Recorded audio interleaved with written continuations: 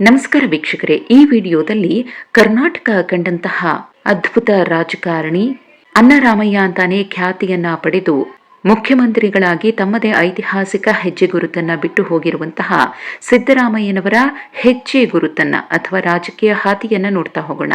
ಮೊದಲಿಗೆ ದೇವರಾಜ ಅರಸು ನಂತರ ದೀರ್ಘಾವಧಿಯ ಸಿಎಂ ಆಗಿ ಸಿದ್ದರಾಮಯ್ಯನವರು ದಾಖಲೆಯನ್ನ ಬರೆದಿದ್ದಾರೆ. ಇನ್ನು ರಾಜ್ಯದ ಇತಿಹಾಸದಲ್ಲೇ ಹೆಚ್ಚು ಬಾರಿ ಬಜೆಟ್ ಮಂಡಿಸಿದ ಖ್ಯಾತಿ ಮುಖ್ಯಮಂತ್ರಿಯಾಗಿದ್ದ ಸಿದ್ದರಾಮಯ್ಯನವರಿಗೆ ಸಲ್ಲುತ್ತೆ.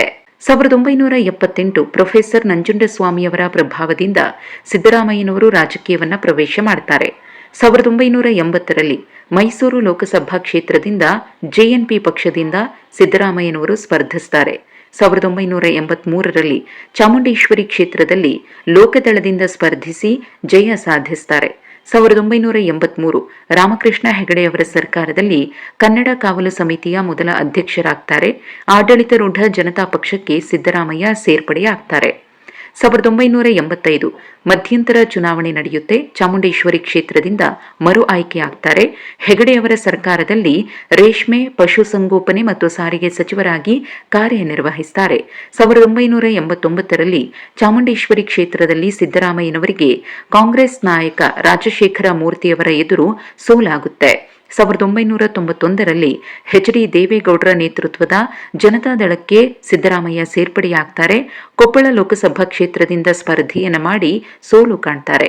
1994 ಚಾಮುಂಡೇಶ್ವರಿ ಕ್ಷೇತ್ರದಿಂದ ಮತ್ತೆ ಮೂರನೇ ಬಾರಿ ಗೆಲುವು ದಾಖಲಿಸುತ್ತಾರೆ. ದೇವೇಗೌಡ ಸಂಪುಟದಲ್ಲಿ ಮೊದಲ ಬಾರಿಗೆ ಹಣಕಾಸು ಸಚಿವರಾಗ್ತಾರೆ.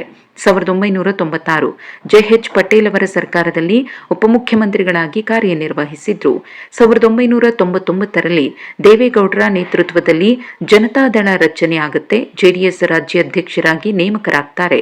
1999ರಲ್ಲಿ ಚಾಮುಂಡೇಶ್ವರಿ ಕ್ಷೇತ್ರದಲ್ಲಿ ಕಾಂಗ್ರೆಸ್ನ ಗುರುಸ್ವಾಮಿಯವರ ವಿರುದ್ಧ ಸೋಲು ಕಾಣ್ತಾರೆ. ಇನ್ನು 2004ರಲ್ಲಿ ಚಾಮುಂಡೇಶ್ವರಿ ಕ್ಷೇತ್ರದಿಂದ ಗೆದ್ದು ಕಾಂಗ್ರೆಸ್ ದಳ ಮೈತ್ರಿ ಸರ್ಕಾರದಲ್ಲಿ ಎರಡನೇ ಬಾರಿ ಡಿಸಿಎಂ ಆಗ್ತಾರೆ. 2005ರಲ್ಲಿ ಅಹಿಂದ ಚಳವಳಿ ಸಂಘಟಿಸಿದ್ದಕ್ಕಾಗಿ ಜೆಡಿಎಸ್ನಿಂದ ಸಿದ್ದರಾಮಯ್ಯ ಉಚ್ಚಾಟನೆಗೊಳ್ತಾರೆ. 2006ರಲ್ಲಿ ಸೋನಿಯಾ ಗಾಂಧಿಯವರ ನೇತೃತ್ವದಲ್ಲಿ ಸಿದ್ದರಾಮಯ್ಯನವರು ಕಾಂಗ್ರೆಸ್ ಪಕ್ಷವನ್ನ ಸೇರ್ಪಡೆಯಾಗ್ತಾರೆ. 2006 ಡಿಸೆಂಬರ್ನಲ್ಲಿ ಚಾಮುಂಡೇಶ್ವರಿ ಕ್ಷೇತ್ರದ ಉಪಚುನಾವಣೆಯಲ್ಲಿ 257 ಮತಗಳ ಅಂತರದಿಂದ ಸಿದ್ದರಾಮಯ್ಯ ಗೆಲ್ತಾರೆ. 2008ರಲ್ಲಿ ವರುಣಾ ವಿಧಾನಸಭಾ ಕ್ಷೇತ್ರದಿಂದ ಗೆದ್ದು ವಿಪಕ್ಷ ನಾಯಕರಾಗಿ ಆಯ್ಕೆಯಾಗ್ತಾರೆ. 2013ರಲ್ಲಿ ವರುಣಾ ಕ್ಷೇತ್ರದಿಂದ ಸಿದ್ದರಾಮಯ್ಯನವರು ಗೆದ್ದು 2013ರಿಂದ 18ರವರೆಗೆ ಮೊದಲ ಬಾರಿಗೆ ಸಿಎಂ ಆಗ್ತಾರೆ. 2018ರಲ್ಲಿ ಬಾದಾಮಿ ಕ್ಷೇತ್ರದಲ್ಲಿ 1696 ಮತಗಳ ಅಂತರದಿಂದ ಗೆಲುವು ದಾಖಲಿಸುತ್ತಾರೆ. 2018ರಲ್ಲಿ ಜೆಡಿಎಸ್ ಕಾಂಗ್ರೆಸ್ ಮೈತ್ರಿ ಸಮನ್ವಯ ಸಮಿತಿಯ ಅಧ್ಯಕ್ಷರಾಗ್ತಾರೆ. ಇನ್ನು 2023ರಲ್ಲಿ ವರುಣಾದಿಂದ ಸ್ಪರ್ಧಿಸಿ ಮತ್ತೆ ಗೆಲುವು ಸಾಧಿಸುತ್ತಾರೆ. ಎರಡನೇ ಬಾರಿಗೆ ಸಿಎಂ ಆಗ್ತಾರೆ. ದೇವರಾಜ ಅರಸು ನಂತರ ದೀರ್ಘಾವಧಿಯ ಸಿಎಂ ಆಗಿ ಸಿದ್ದರಾಮಯ್ಯನವರು ದಾಖಲೆಯನ್ನು ಬರೆಯುತ್ತಾರೆ.